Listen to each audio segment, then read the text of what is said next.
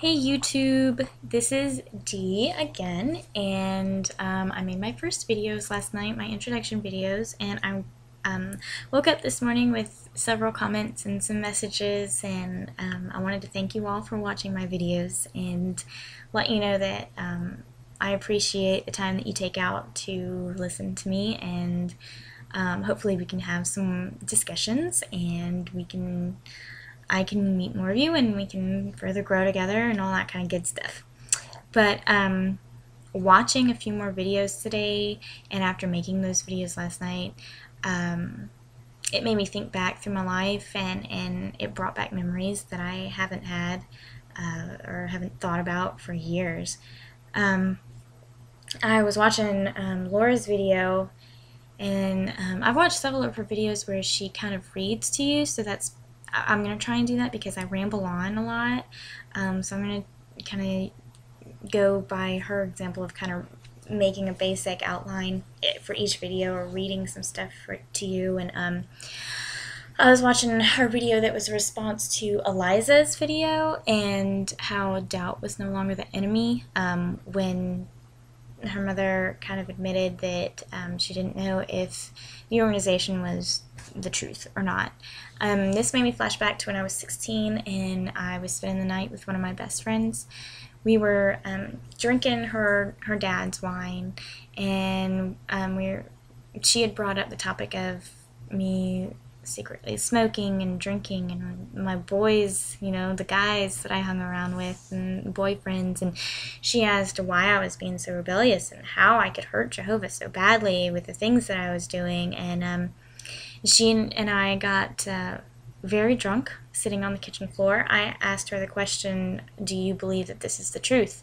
Can you from the bottom of your very soul without a doubt say that this is the only true religion? And her reply was delayed, like she kind of had to think about it.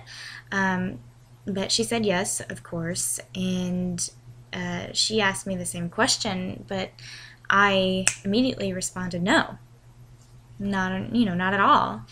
And after that, her face just kind of went blank. I could tell that she was kind of shutting down, And I continued to ask her questions, and I was basically trying to corner her into admitting that there is no proof that this is the right religion, and that we haven't had a chance to be able to research it and go out and see what other people say. And I asked her, how do you find out the truth? You use critical thinking, right? Right. She's an A student. I was an A student. We knew the scientific method. We knew how to research things for papers. That's what you do. You weigh both sides. You weigh all options to form a rounded view, and to come to the correct conclusion. You use credible sources, and you don't use the same source. You use multiple sources to get your information. And I asked her, if you don't go to another church or if you don't look at other belief systems, how do you know that Jehovah's Word is the only word and the only organization that's right?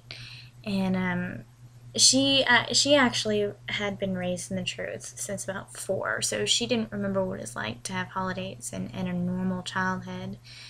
But she said she wasn't going to talk about it anymore, that she couldn't talk about this subject with me anymore. There is no doubt in her mind that this is the true religion, and she was shocked that I had doubt.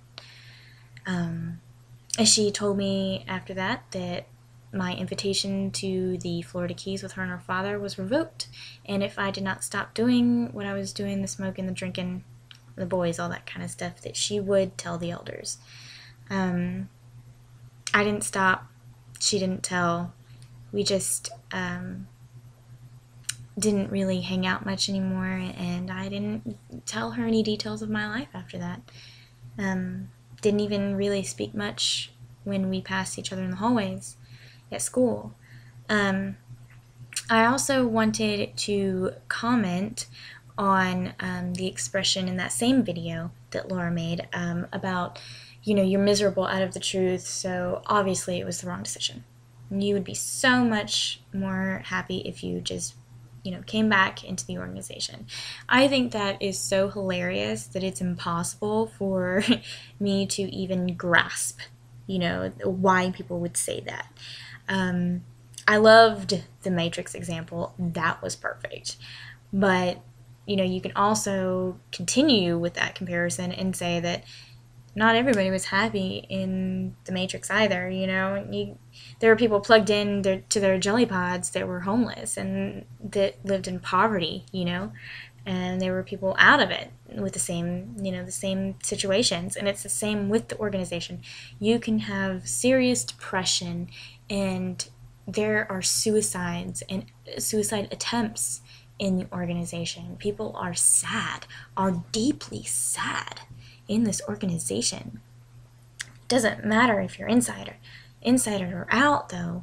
You can have that same heart-wrenching, disgusting sadness and depression about you. You can walk around in a dark cloud no matter what religion you are. Not everybody is on some sort of medication. Everybody has their days where they're sad, but it all depends on how you handle it. I know of an actual teen succeeding in his suicide attempt. I didn't know him personally. I didn't know the family, but I had friends that did, and it was very hard.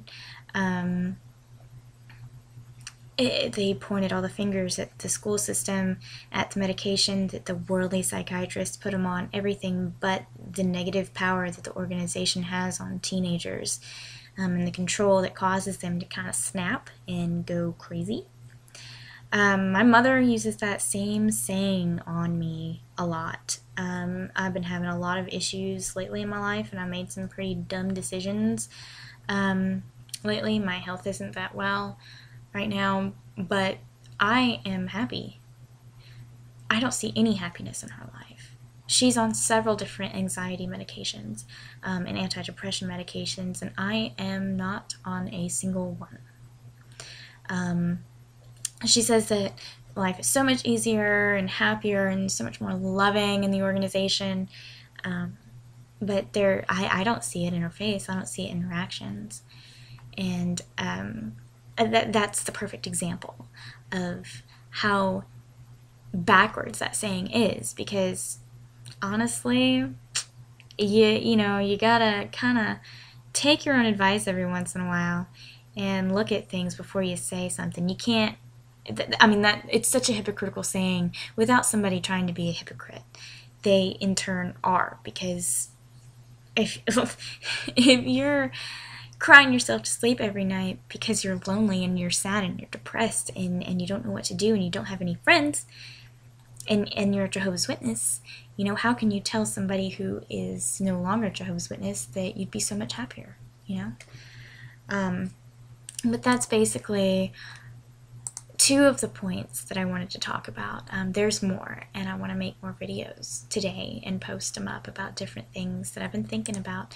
So stay tuned, and please, please, please leave comments down below. And message me if you want video responses, whatever you want to do.